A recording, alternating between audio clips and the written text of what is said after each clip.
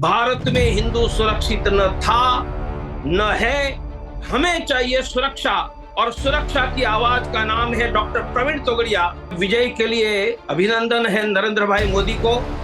भारत दुनिया की एक बहुत बड़ी शक्ति बन चुकी है। अब तो ये देश में कौन सही हिंदू है? जय श्री राम वाला, जय सिया राम वाला, या लक्ष्मी गणेश वाला, उनकी स्पर्धा है। वो मारने वाला आफ्ताब कहता है मुझे कोई डर नहीं है क्योंकि मुझे स्वर्ग और हुर्रे मिलेगी। तो यह लव जिहाद ही था।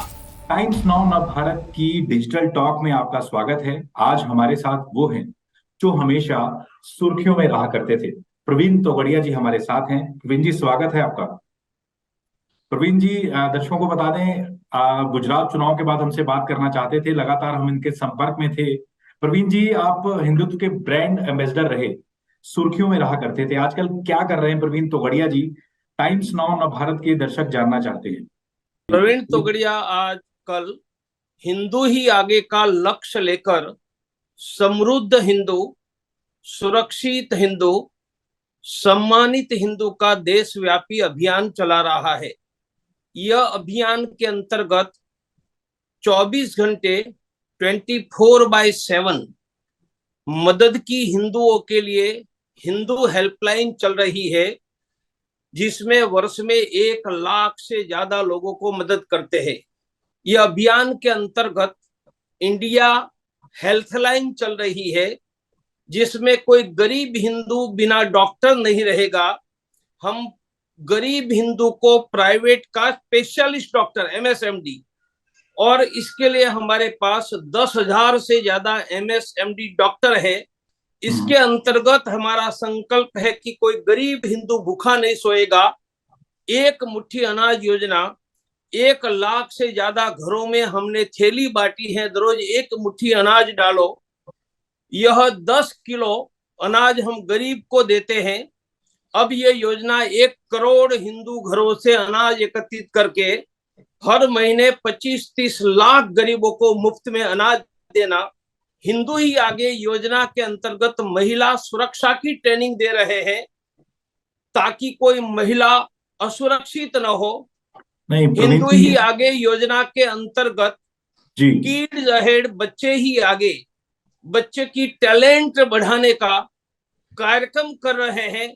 इसलिए प्रवीण तोगड़िया 40 साल से जो कर रहा था वही काम आज कर रहा है, आगे करता रहेगा। लेकिन प्रवीण जी, लगभग 140 करोड़ लोगों में 100 करोड़ आबादी हिंदुओं की है, तो आपको देश में हिंदू सुरक्षित क्यों नहीं लग रहे हैं? मतलब आप कहते हैं मुझे सुरक्षा। इसलिए नहीं लग रहा है कि कश्मीर घाटी में आज भी हिंदुओं का टारगेटिंग किलिंग चालू है।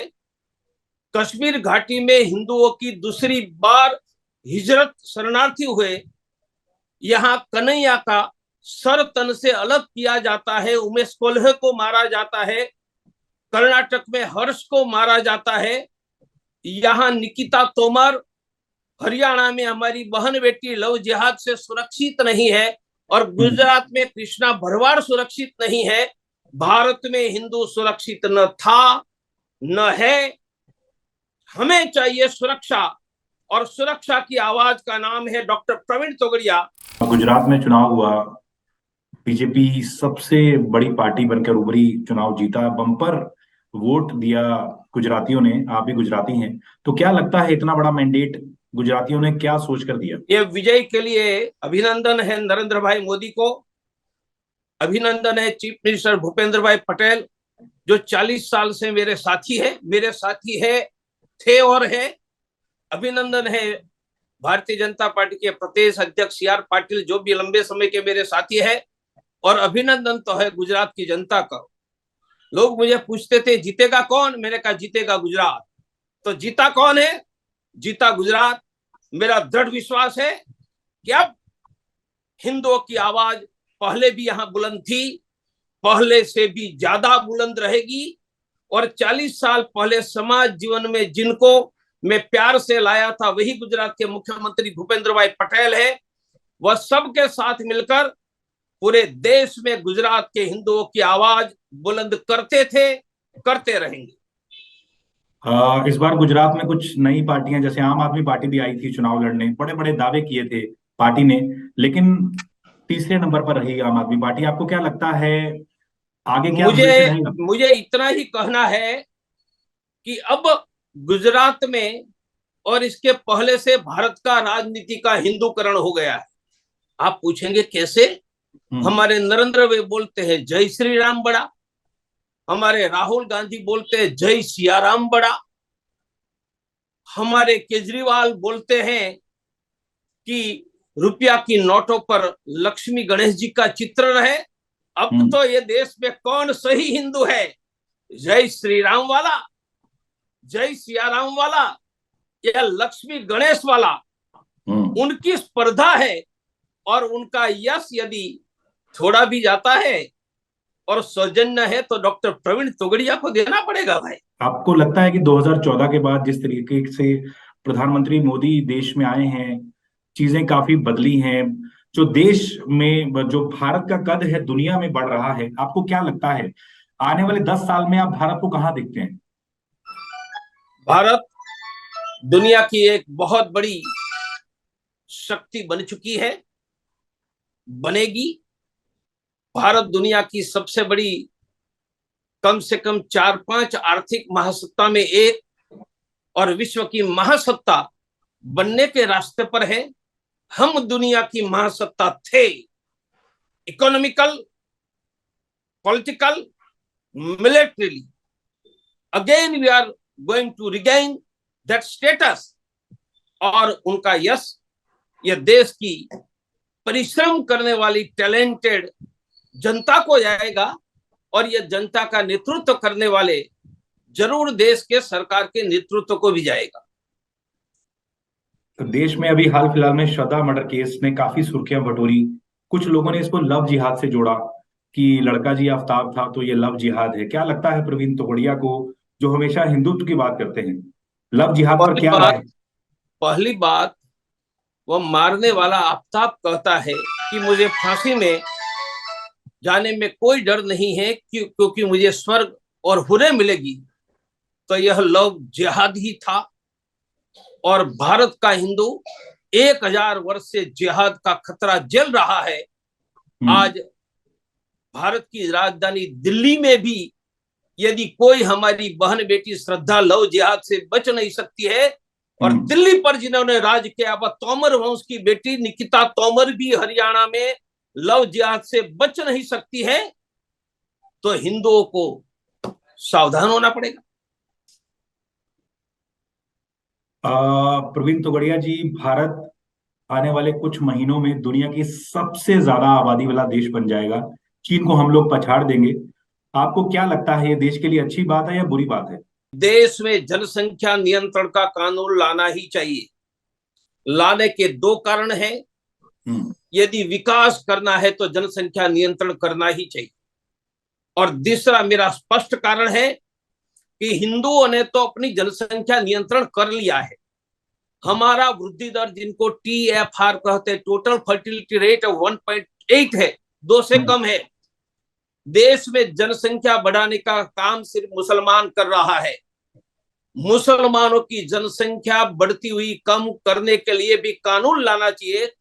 मेरा सुझाव है जनसंख्या नियंत्रण का कानून ऐसा लाया जाए कि कानून बनने के 1 वर्ष के बाद यदि किसी के घर में तीसरा बच्चा आएगा तो पब्लिक डिस्ट्रीब्यूशन सिस्टम का अन्न नहीं मिलेगा, उनको सरकारी हॉस्पिटल स्कूल में सेवा नहीं मिलेगी, बैंकों से लोन नहीं, सरकारी नौकरी नहीं, उनको वोट आपने का अधिकार छीना जाए।